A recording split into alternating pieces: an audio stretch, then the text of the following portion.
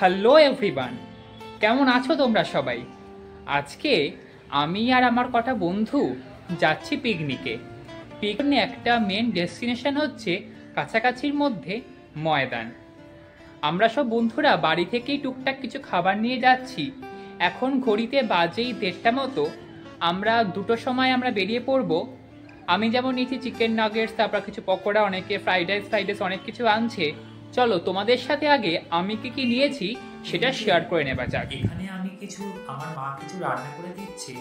আমি নিয়েছিলাম বলতে কিছু চিকেন নাগেটস, বকফুলের বড়া আর পাঁপড় ভাজা। সেগুলো ভেজে আমার মা রেখে দিচ্ছে। দেখতেই পাচ্ছ ভাজাও হয়ে গেছে। এবার এগুলোকে আস্তে করে প্যাকেটের ভেতর পুরে দেব। আমি যদিও বলেছিলাম আমাদের এই 2টো নাগাদ বেরোনোর কথা ছিল, কিন্তু অন্যদের অনেক কিছু রান্না করে বেরোতে বেরোতে প্রায় অনেকটাই দেরি হয়ে গেছে। দেরি হয়েছে, আমরা বেরিয়েছি এই 3:30 নাগাদ। এমনি কোনো সমস্যা নেই, কিন্তু শুধু একটা সমস্যা হতে পারে যে ওখানে কোনো আলো থাকবে না। তাই খাবার দাবার নিয়ে একটু প্রবলেমে পড়তে হতে পারে, কিন্তু ঠিক আছে, সবকিছুর একটু এক্সপিরিয়েন্স থাকা ভালো, তাই না? আমার একটা বন্ধু অলরেডি ওখানে পৌঁছে গেছে। ওরা আমাদের বলে দিয়েছে যে ওরা ভিক্টোরিয়ার পেছনের দিকটাতে আছে, আমরা সেখানেই যাচ্ছি। দেখতেই পাচ্ছ আমরা পৌঁছেও গেছি সেখানে। আর আমার এই বন্ধুটার বার্থডে ছিল, সেটা সেলিব্রেট করা হয়নি আগে, তাই আমরা ওর বার্থডে সেলিব্রেট করতে এখানে এসেছি। তার সাথে পিকনিকও হবে। To you, happy birthday to you, happy birthday dear Srijita, happy birthday to you. কাটো কাটো, ভালো করে কাটো। এখানেও কি আমরা গিফটগুলো দিচ্ছি? আমরা সব বন্ধুরা মিলে গিফটগুলো একসাথে পারচেজ করেছি। দেখো কি কি দিয়েছি। দেখা আমাদের দেখা কি পেয়েছিস, দেখা। আমি দেখিনি। এটা কি? পারফিউম। নাইস।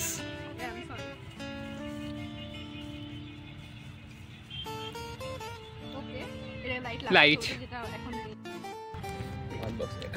আনবক্সিং লিপস্টিক না, নেল পলিশ, সরি।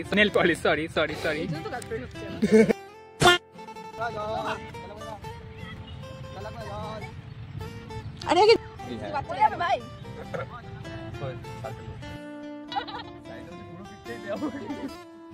সো আমাদের পিকনিক স্টার্ট হয়ে গেছে। আমি এখানে এনেছি হচ্ছে চিকেন নাগেটস, পাঁপড়, আর এই যে মিস সায়ন্তী এনেছে কি এটা, পিঠে আর লুচি।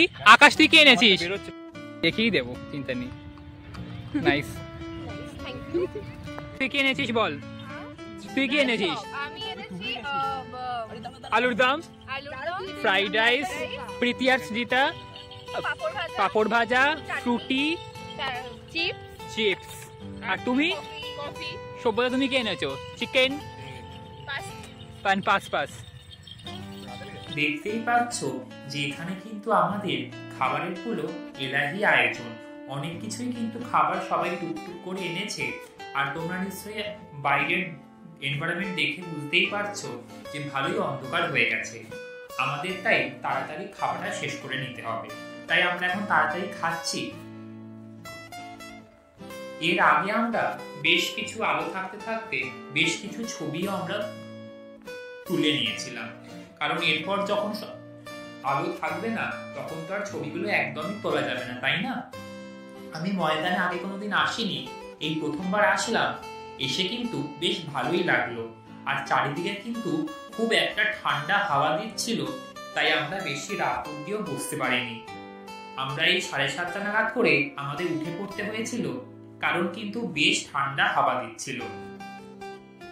আর রাতের শহর কলকাতাকে দেখতে কারই না ভালো লাগে। তোমাদের এখন দেখাচ্ছি, এটা সেই ভিক্টোরিয়া মেমোরিয়ালের পেছন দিকটা। দূরে তোমরা দেখতে পাচ্ছ ভিক্টোরিয়া মেমোরিয়ালটা খুবই সুন্দর লাগছে। আর দেখো এই রাতের কলকাতা, রাস্তার অন্ধকারে শুধু গাড়ির হেডলাইট গুলো জ্বলছে, কি অপূর্ব সুন্দর লাগছে না দেখতে? খারাপ এটা ভেবেই লাগে যে আমাকে কিছুদিন পর এগুলো ফেলে আবার হোস্টেলে চলে যেতে হবে।